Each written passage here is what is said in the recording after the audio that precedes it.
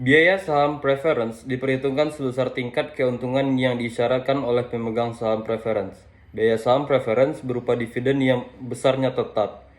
Biaya penggunaan dana yang berasal dari saham preference dapat dihitung dengan membagi dividen per lembar saham preference dengan harga neto saham preference saat penjualan, yaitu dengan rumus KP sama dengan DP per PN, di mana KP itu adalah biaya saham preference dan DP itu adalah dividen saham preference tahunan, dan PN itu adalah harga saham preference saat penjualan atau dikurangi biaya penerbitan atau disebut dengan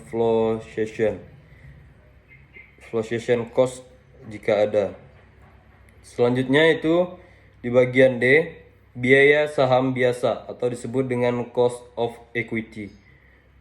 Biaya saham yang pertama itu biaya saham biasa baru, di mana ekuitas eksternal biaya saham biasa baru merupakan biaya yang dikeluarkan oleh perusahaan untuk memperoleh dana dengan menjual saham biasa baru. Biaya saham biasa baru biasanya lebih tinggi dari biaya saham biasa karena penjualan saham baru memerlukan biaya emisi atau flotation cost.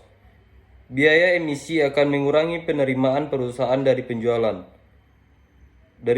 saham dengan rumus yaitu KC sama dengan D1 ditambah G per PO dalam kurung 1 dikurang F tutup kurung, di mana KC ini adalah biaya saham biasa baru dan D1 ini dividen yang diharapkan pada akhir tahun pertama.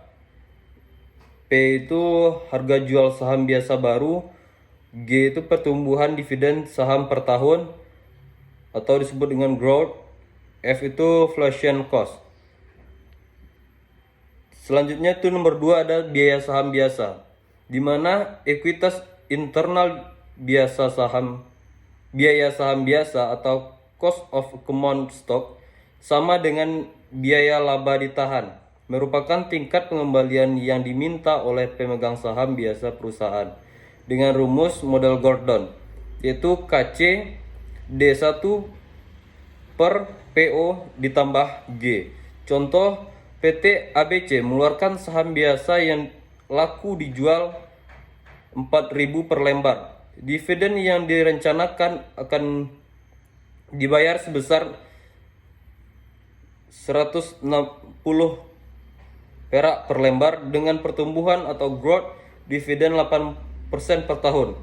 Hitung biaya saham biasa tersebut, yaitu dengan jawaban KC sama dengan D1 per PO ditambah G sama dengan 160 per 4.000 ditambah 8% sama dengan 12%.